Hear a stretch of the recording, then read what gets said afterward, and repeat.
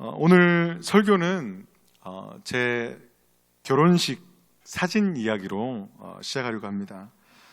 요즘에는 이제 스튜디오가 잘 돼 있어가지고 야외 촬영을 잘 안 하는데 제가 아름다운 자연 풍광을 자랑하는 경주에서 결혼을 했기 때문에 야외에서 웨딩 촬영을 했습니다.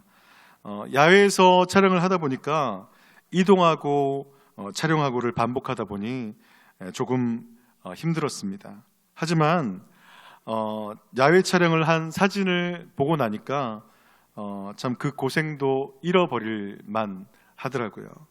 그 중에서 가장 잘 나온 사진이 무엇이냐면은 경주의 그 서출지라는 연못이 있습니다. 서출지라는 그 연못에서 촬영한 사진인데 기가 막히게 잘 나왔습니다. 기가 막히게 잘 나왔어요. 근데 그 사진을 보면은 서로 이렇게 제 아내와 마주 앉아 있는데 제 앞에 제가 이렇게 앉아 있는데 제 앞에 그 상자 하나가 이렇게 커다란 상자 하나가 놓여 있습니다. 앤틱 상자인데 이게 보물 상자처럼 생긴 나무 상자인데 커다랗게 제 앞에 이렇게 놓여져 있었는데 처음에 이제 컨셉인갑다 그래가지고 이렇게 했었는데 그 용도가 다름 아니라 금방이라도 그 애를 낳을 것 같은 터질 것 같은 제 배를 가리기 위해서 제가 지금 생각해 보면은 그 사진 기사님의 그 은혜가 얼마나 큰지 볼 때마다 막 가슴 아팠을 거 아닙니까? 근데 그 배를 탁 상자로 가려 주셔가지고 저도 이렇게 되게 멋있게 이렇게 딱 손을 개면서 이렇게 있었는데 사랑하는 성도 여러분, 사진 작가님이 저의 그 배를 상자로 가려 주었던 것처럼 그렇게 배려하고 사랑하는 것은 그 사람의 약점과 허물을 덮어주는 것이 아닐까 싶습니다. 그런데 우리 하나님의 사랑이 바로 덮어주시는 사랑이라는 것입니다. 왜 하나님의 사랑이 덮어주시는 사랑인지를 오늘 본문을 통해서 발견하기를 원합니다. 구약시대 이스라엘 백성들이 하나님을 만나고 하나님의 임재와 영광을 경험하는 예배, 제사를 드리는 그 중심이 바로 성막입니다. 이 성막 중에서도 가장 중요하고 거룩하고 핵심이 되는 곳이 있는데 그것이 무엇인지 아십니까? 바로 증거궤입니다. 증거궤. 성막 안에서도 성소가 있고 지성소가 있는데 그 지성소 안에 있는 게 바로 언약궤, 증거궤라고 하는 것입니다. 구약을 보면은 하나님께서 성막에 대해서 말씀하시면서 제일 먼저 제일 앞에 말씀하시는 것이 바로 이 언약궤라는 것입니다. 왜 이렇게 앞에 말씀하셨을까요?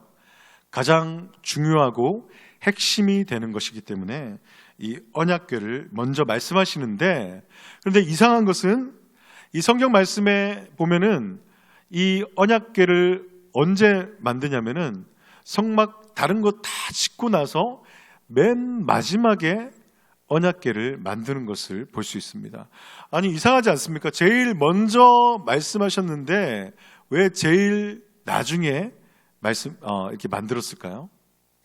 그것은 바로 언약궤가 가장 중요하고 가장 거룩하기 때문에 성막을 짓고 나서 그 외부에 보이지 않도록 하기 위해서, 그게 너무나 소중하고 중요한 것이기 때문에 외부에서 보지 못하도록 노출되지 않도록 하기 위해서 제일 마지막에 만든 것입니다. 그만큼 언약궤가 중요하다라는 것입니다.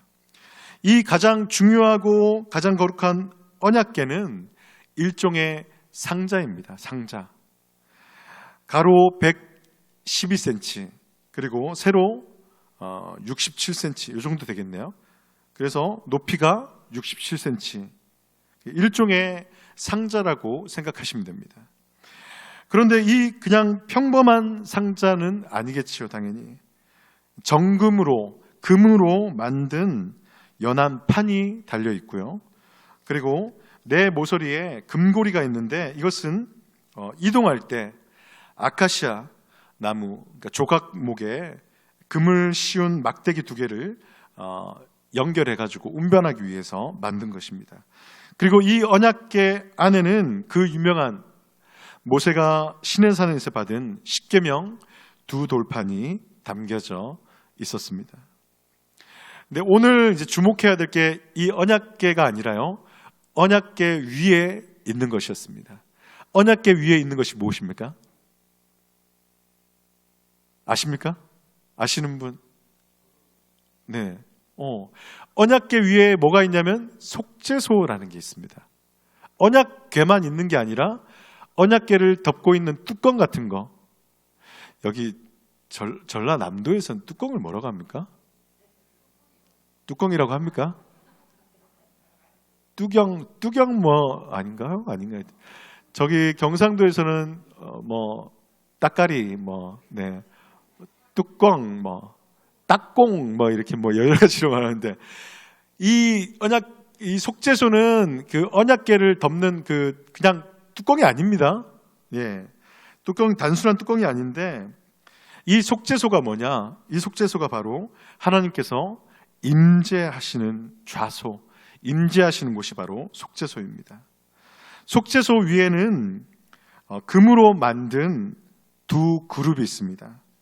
이 2그룹이 상징하는 것이 바로 하나님의 바로 거기 계시고 하나님의 영광을, 하나님께서 함께 하신다는 것을 알리는 것이 바로 2그룹입니다.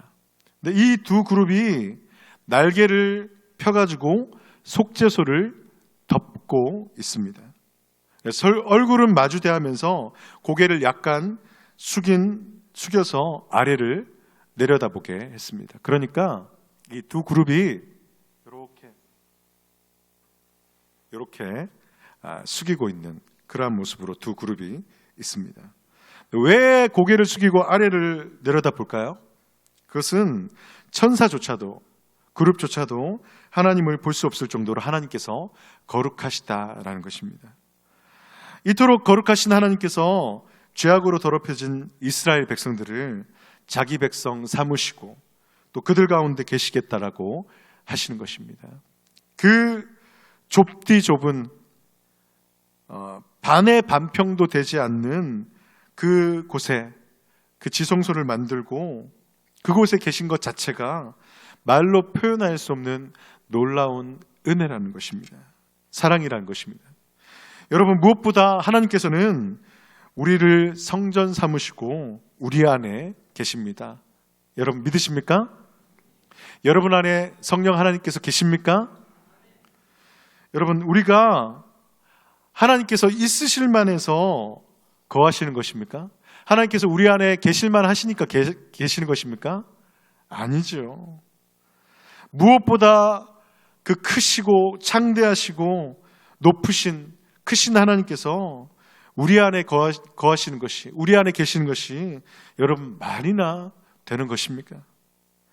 그러나 하나님께서는 그 크신 은혜로 우리를 성전 삼으시고 우리 가운데 임재해 주시고 함께해 주시는 것입니다. 할렐루야. 그렇다면 언약궤와 속죄소는 어떤 목적, 어떤 용도를 가지고 있을까요? 그것은 언약궤 속에 십계명을 기록한 언약의 2돌판이 있었는데요. 이 말은 하나님께서 돌판에 기록된 말씀에 따라 이스라엘 백성들을 다스리시겠다라는 그러한 의도와 목적을 가지고 있는 것입니다. 그래서 그에 따라, 하나님의 말씀에 따라 살지 않을 때는 하나님께서 심판하시는 것을 나타내는 것이 바로 언약궤라는 것입니다. 너희들이 내 말을 들으면 살 것이고 내 말을 듣지 않으면 죽을 것이다 라고 말하는 것이 바로 언약궤라는 것입니다. 그런데 그래서 언약궤 사이에서 좌정하셔서 백성들에게 삶의 원칙을, 그 계명을 말씀하시는 것입니다. 그래서 우리는 두렵고 떨림으로 왕이신 하나님께서 우리에게 말씀하신 것을 순종하고 또 따라야 할 의무를 가진 하나님의 백성이라는 것입니다. 우리 백성들은 바로 그 그 하나님의 계명을 순종해야 하는 것입니다. 그러나 사람이 너무나 악하고 또 약한 존재이지 않습니까? 그래서 수많은 죄를 지을 수밖에 없는 존재입니다. 그래서 하나님께서는 그 좌증하시는 그 자리를, 속죄소를 뭐라고 말씀하시냐면 바로 속죄소라고 하시는 것입니다. 하나님께서 이스라엘 가운데 계시는데 그곳을 뭐라고 하신다고요? 속죄소라고 하시는 것입니다. 이것을 영어로 하면 mercy seat라고 합니다. 우리말로 번역하면 예전에 개역 성경에서는 시은소라고 합니다. 여러분, 시은소가 뭡니까? 베풀시, 은혜은, 곧소 해서 은혜를 베푸시는 곳, 자비의 보좌라고 하시는 것입니다. 그게 바로 언약궤 위에 속죄소라는 것입니다. 언약궤가 심판과 또 하나님의 말씀에 순종하면 산다는 것을 의미하는데 그것을 덮고 있는 것입니다. 덮고 있는 것이 바로 속죄소라는 것입니다. 속죄소는 히브리어로는 이제 카프레트라는 그런 단어인데요. 뜻이 뭐냐면은 덮다라는 뜻입니다. 그래서 뚜껑처럼 언약궤를 덮고 있어서 덮다라는 의미도 되고요. 또 백성들의 죄와 허물을 덮어주신다 해가지고 바로 이 속죄소, 카프레트, 속죄소라고 말하고 있는 거고요. 그리고 아까 두 그룹이 날개로 뭐 하고 있다고요? 속죄소를 덮고 있습니다. 그래서 덮는다라는 게 계속해서 반복되고 있음을 볼 수 있습니다. 여러분, 이 그룹들이 날개로 덮고 있고 또 덮다라는 이름을 가진 이 속죄소에 바로 대제사장이 1년에 한 번 들어가서 속죄제 숫 송아지와 염소의 피를 그 위에 뿌릴 때 바로 이스라엘 백성들의 죄를 용서받을 수 있었습니다. 그런데 여기에서 중요한 것이 있습니다. 속죄소에서 이스라엘 백성들의 죄를 용서받을 수 있는 그 자비의 자리 된 것이 백성들의 요구 때문인가 하는 것입니다. 여러분, 속죄소라고 이름 붙인 것이 누가 이름을 붙였을까요? 이스라엘 백성들이 이름 붙였습니까? 아니라는 것입니다. 하나님께서 이스라엘 백성들과 함께 하시길 원하시고 이스라엘 가운데 좌정하기 원하시고 영광으로 그곳 가운데 임하시길 원하시는데 그곳 자리를 뭐라고 하시냐면 바로 속죄소라고 하나님께서 스스로 이름 붙이셨다라는 것입니다. 그래서 이스라엘 백성들을 대하실 때 기본적으로 자비를 갖고 대하시겠다라는 것입니다. 내가 너희를 대할 때 사랑을 갖고 대하겠다. 여러분, 며칠 전에 제가 그 설교를 했는데 하나님께서는 우리를 웬만하면 잘 봐주신다고 했습니다. 하나님께서는 우리를 대할 때 웬만하면 잘 보려고 노력하시고 그렇게 대하고 계신다는 것입니다. 하나님께서 이스라엘 백성들을 대할 때 뭐라고 그 자리를 하나님께서 나타나시는 곳을 뭐라고 했냐면은 속죄소라고 했다라는 것입니다. 내가 너희에게 자비를 베푸겠다. 내가 너희를 사랑한다. 내가 너희의 죄를 덮어주겠다라는 그 자세로 그 태도로 하나님께서 우리에게 대하신다라는 것입니다. 그래서 하나님의 사랑이 어떤 사랑이라고요? 덮어주시는 사랑이라는 것입니다. 한번 따라하겠습니다. 하나님의 사랑은 덮어주시는 사랑이다. 하나님께서는 이렇게 언약의 백성들과 함께하고 계시고 또 삶의 원리를 제시하면서 자비를 베푸시기를 원하셨습니다. 중요한 것이 뭐냐면 하나님께서 그들과 함께 계시다라는 것입니다. 우리 하나님은 그들과 함께 계실 뿐만 아니라 그들의 앞서서 예비하시는 하나님이십니다. 여러분, 이스라엘 백성들이 광야에 있을 때 여러분 무슨 기둥과 무슨 기둥으로 백성들을 인도하셨습니까? 구름 기둥과 불 기둥으로 인도하셨습니다. 여러분, 이거를 잘 한번 기억해 보십시오. 구름 기둥과 불 기둥으로 인도하시는 이유가 있었다는 것입니다. 그냥 구름 기둥과 불 기둥으로 인도하신 게 아니라요, 분명한 이유가 있다는 것입니다. 왜 그랬느냐? 민수기 10장 33절 말씀을 보면은, 33절에서 36절 말씀을 보면은, 언약궤는 이스라엘 백성보다 3일 길을 앞서 나아갔습니다. 그러니까 이스라엘 본진과 언약궤가 제일 먼저 나갔거든요.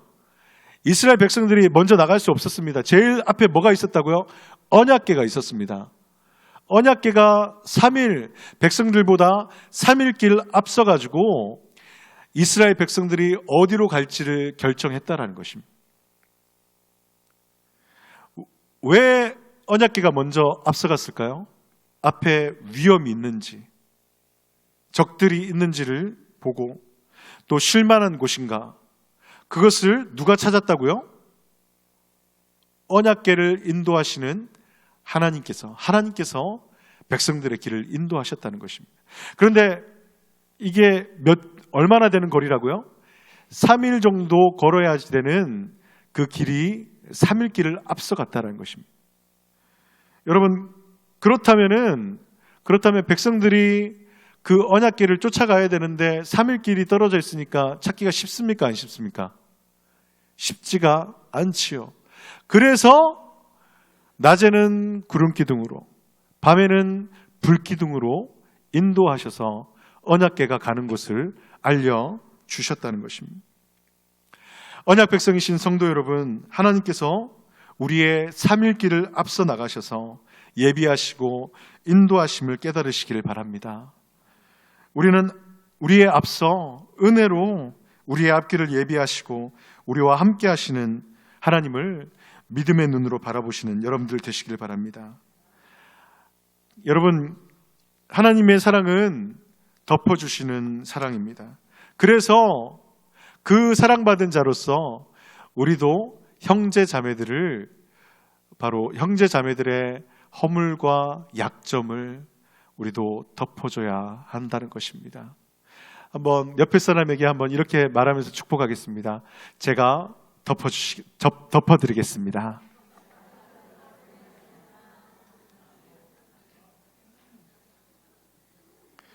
사랑하는 성도 여러분, 우리를 사랑으로 덮으시는 하나님의 뒤를 쫓아가시기 바랍니다.